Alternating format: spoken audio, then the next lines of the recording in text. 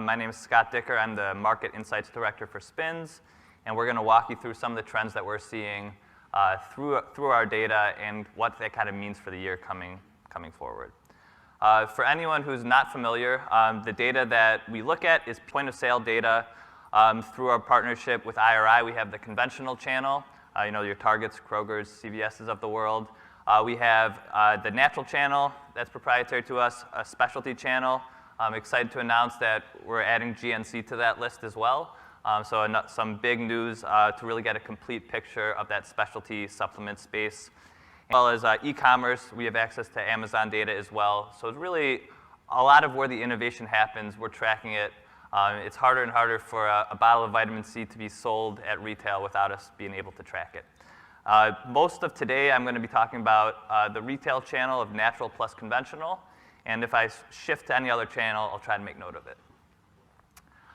What makes the data really insightful is layering on product intelligence. So when we get the point of sale data, it's really meaningful, like the translator I like to call it, when we layer on that product intelligence. So being able to layer on things beyond just, we're able to show you what brand, what category, what size, things like that, but also what functional ingredients are in it. Does this product qualify for certain diets that are trending, like keto, paleo, plant-based? What type of sweeteners are they using? Are they using allulose, monk fruit, some artificial sweeteners? And then also, how is it positioned in the market? So really layering on everything, we're able to zoom in at really what are the trends that are happening and what does that mean going forward. Take a first look over the past year. I wanted to break it out by a lot of the different channels. You can see that a lot of the channels were pretty flat in sales, and that all of them were actually down in units. So all of the increase in sales was really due to price increase. A few things to note, coming off a time of really high growth from the pandemic, so there's some leveling off that was expected naturally. And then with the rising cost of everything, some of these supplements that are higher price purchases, we knew that consumers might be either trading to private label, private brands, and so some of those units are going to go down if they're buying a larger size as well for the price point. It is worth really noting, though, that the price increase for supplements has actually been pretty low compared to a lot of the food and beverage categories. So you see, an average about, I think it was like 2 to 7% on average per category. And so when you compare that to a lot of the grocery and the other food and beverage aisles, that's actually pretty low. I would actually expect some of the supplement categories to take price now while they still can. I think in the second half of the year, there's going to be a lot more pushback on it. So you might see some of those numbers going up a little more in the coming quarter. What's really interesting is that we look at where the contribution to growth is coming from. Supplements is such a digital category. We know that for a long time, people were finding a lot of the innovative products. A lot of the retailers weren't carrying it in the shelves. And so it was a really high digital category. A few years ago, we saw the majority of the growth in vitamins and supplements as a whole coming from Amazon. And as you can see, this has completely flipped. So there was a lot of, I think, the permanency of a lot of the lockdown behaviors was overstated by people as they're predicting it. And we've seen almost all of the growth now return to the stores. And this has to do, again, with people just getting back out there, but also both mainstream and natural and specialty have really expanded their offerings in the supplement space as well. So people are able to purchase them in store. This is not to predict that people are just going to stop buying on Amazon by any means, but some of this kind of resettling was always going to happen. I expect Amazon to show some steady growth in the years to come in the supplement space, though. When we take a look at which categories we're doing well, you see the majority of them are in decline. This is leaving out sports nutrition, which I promised we're going to get to. You're seeing growth in probiotics and also homeopathic medicines. Every other category is declining a little bit year over year, again, coming off some large growth. And taking a look at which of the condition-specific supplements, and this is in the formulas, so this are a lot of this, so the subcategory within the formulas. You see that immune health is back. We saw obviously the huge surge a few years ago. Then it came down as people moved to things like sleep and stress relief, and now it's actually coming back up. A lot of it's children's supplements as well. We'll get into that in a bit. One of the ones I always find interesting is that joint supplements haven't really had their turn to be a high growth driver. over the past couple of years. And with sports nutrition being the largest growth supplements category for each of the past few years, I always figured joint supplements are going to have their time. And it seems like they're starting to grow at a high clip right now as well. Things like MSM, which is being used for both hair, skin, and nails, as well as joints, maca, beetroot, some of these are some of the trending ingredients. Creatine is another one that we'll get to in sports nutrition as well. I mentioned briefly kid supplements, and so taking a look at this, I think there was a big push away from some of the pharmaceuticals for people in their supplements. I think that clearly is going to push over to kid supplements as well. And so in the immune health space, you're seeing that a 65% growth year over year for kids' immune health supplements, really large growth. This was the year where this was really our first cold and flu season that we've had in a few years. And so as people are looking to purchase things for their kids, they're turning to supplements, mood support. They're seeing some new innovative formats like patches for sleep kits, so some things that are more kid-friendly around there as well. When we take a look at women's supplements, some things that are really interesting to me are that hair, skin, and nails has always been a growth driver for some of these female position supplements.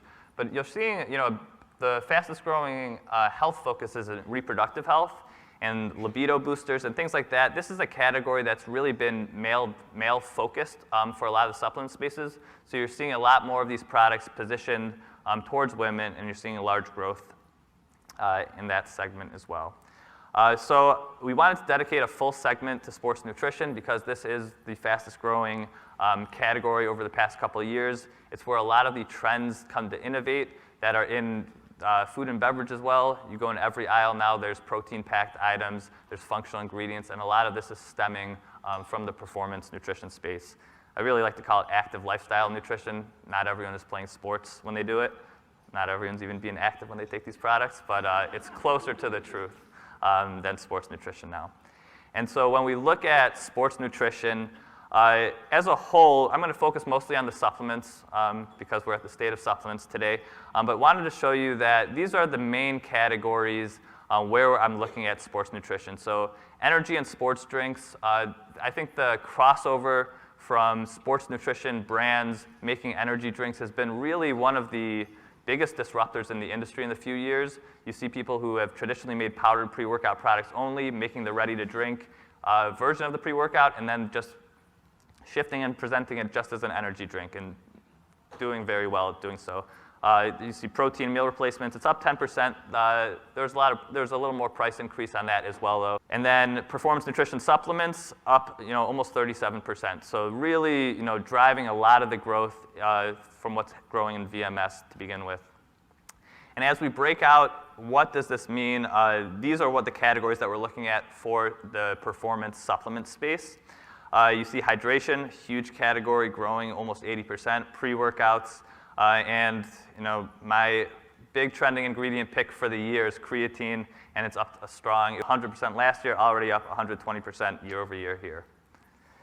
And so why such growth in performance nutrition? When we look at some of the panel data, we see that this has been a category that's really been focused on young male gym goers. It had a lot of room for growth, and we're seeing a lot of that growth both in Gen X and Boomers, and a lot of this has to do with the softer marketing of things, as well as people who grew up in this category are just more comfortable in it. It's not as intimidating as an entry point anymore, and as well as females, similar story there. We're seeing a lot of the positioning of the products is more geared towards females. And it's not that they're going to get bulky from taking any sports nutrition place. There's a little more education around that, although it's not completely gone. I wanted to focus on hydration and electrolytes. And a cool note here is this is a trend, so it's huge growth here, huge volume. And this is a trend we actually saw when we were looking at Amazon data a few years ago. So it's a really interesting way to look. You have to look at certain channels, are indicators for the different channels. Online is usually a little bit ahead of brick and mortar, although specialty and natural are good indicators for what's going to make it in mass as well. And so who is using the hydration and electrolyte products? So this is again, when we talk about what to call it, is it sports nutrition, is it active lifestyle, this is mostly used by younger millennials, as well as older millennials are over-indexing. And I probably should note that these numbers here, 100 would be like an average. So anything that's above 100, that means they're more likely to purchase. And usually anything that over 120 I like to think of as significant. And so why are younger millennials using hydration products so much? Are they all being athletes? Some of them are probably. But a lot of them are using it for hangover remedies. So that's why I say some people aren't being active.